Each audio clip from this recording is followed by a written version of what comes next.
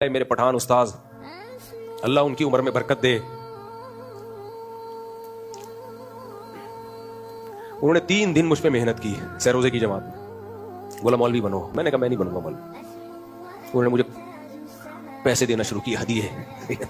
میں 17 سال کا تھا. مجھے یاد ہے ایک دفعہ لے گئے پیپسی پلائی انہوں نے. محبت سے انسان کا دل پگھلتا ہے. تبلیغ والوں میں آپ کو محبت نظر آئے گی.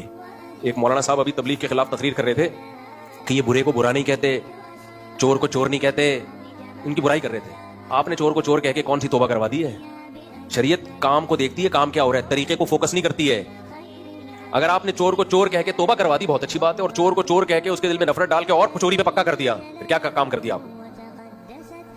تو میں 3 دن انہوں نے محنت کی، بوتلیں پلائیں. بولا یار مجھے ان کا خیال تھا میرے بارے میں نہیں کہہ رہا، ان کا خیال تھا یہ ایکسٹرا آرڈینری ذہین ہے. تو انہوں نے کہا مدرسے میں جاؤ، اللہ تم سے دین کی خدمت لے گا.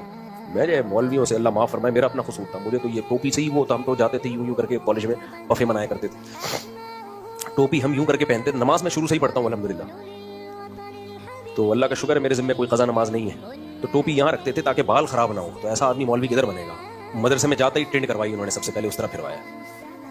قیامت بن کے وہ میرے اوپر وہ دن مجھے یاد ہے. خیر تو انہوں نے اتنا آرام کیا، اتنا سمجھایا، محبت دی. بالآخر ہمارے حضرت ایک شعر پڑھا کرتے تھے، یہ جزیرہ بھی بالآخر زیر آب آ ہی گیا.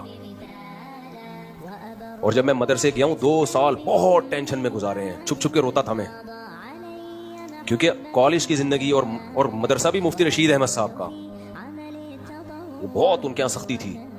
تو وہ اتنی سی جگہ پہ وہ ساری دوستیاں ختم، جگولے گنڈے اور یوں کر کے بال بنانا اور اسٹائل جو ہمارے کیا اسٹائل تھا، اللہ معاف فرمائے، استغفر اللہ. کسی برائی میں نہیں گئے الحمدللہ، کوئی لڑکیوں کا پیچھا یہ غیر اخلاقی کاموں میں نہیں گئے. اللہ نے بچایا، ہمارا اپنا کمال نہیں ہے باقی سارے تو. لیکن وہ جب آئے ہیں تو بالکل، لیکن ہم نے بس اللہ نے ایسی ہمت دی. میں نے کہا بھائی اب میری قبر بنے گی تو یہاں بنے گی.